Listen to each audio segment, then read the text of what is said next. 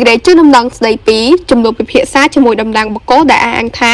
មានជាប់ពាក់ព័ន្ធនឹងអតីតគ្រឹះស្ថានផ្ដល់សេវាទូទាត់សងប្រាក់ហួយវ័ន Pay Mo.co និងគ្រឹះស្ថានផ្ដល់សេវាទូទាត់សងប្រាក់ XPay Service Mo.co នេះព្រឹកថ្ងៃទី24 ខែមេសាឆ្នាំ2026ធនាគារជាតិនៃកម្ពុជាបានទទួលជួបជាមួយតំណាងបកគោដែលអះអាងថាមានជាប់ពាក់ព័ន្ធជាមួយនឹងអតីតគ្រឹះស្ថានផ្ដល់សេវាទូទាត់សងប្រាក់ហួយវ័ន Pay Mo.co ចំនួន10រូបនិងគ្រឹះស្ថានផ្ដល់សេវាទូទាត់សងប្រាក់ XPay Service Mo.co ចំនួន10រូបក្រោមកិច្ចពិភាក្សាដូចខាងក្រោម 1. ករណីអតីតគ្រឹះស្ថានផ្ដល់សេវាទូទាត់សងប្រាក់ហួយវ័ន Pay Mo.co ធនាគារជាតិនៃកម្ពុជាបានបញ្ជាក់ជូនតំណាងទាំង10រូបពីចំហនិងកិច្ចខិតខំប្រឹងប្រែងក្នុងការស្វែងរកដំណោះស្រាយជួបបុគ្គលពាក់ព័ន្ធសូមបញ្ជាក់ថាអតីតគ្រឹះស្ថានផ្ដល់សេវាទូទាត់សងប្រាក់ហួយវ័ន Pay Mo.co ត្រូវបានបញ្ឈប់ការជំរះបញ្ជីនិងដោះស្រាយជូនម្ចាស់បំណុលរួចរាល់ហើយទន្ទឹមនេះអតីតគ្រឹះស្ថានផ្ដល់សេវាទូទាត់សងប្រាក់ហួយវ័ន Pay Mo.co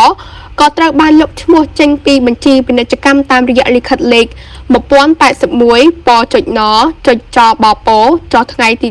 19 ខែមិថុនាឆ្នាំ2025របស់ក្រសួងពាណិជ្ជកម្មផងដែរ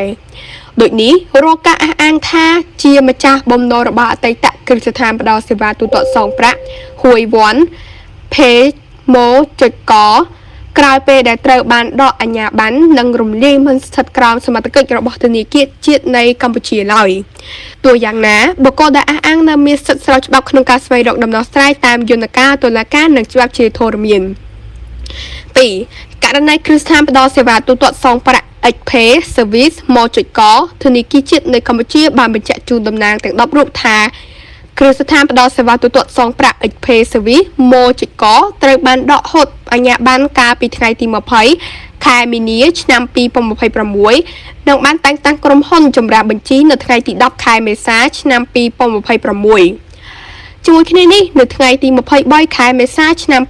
2026ក្រុមហ៊ុនចម្រាស់បញ្ជីក៏បានប្រកាសជាសាធារណៈជម្រាបដល់ម្ចាស់បំណុលទាំងអស់របស់គ្រឹះស្ថានផ្ដល់សេវាទូទាត់សងប្រាក់ XPay Service Mo.co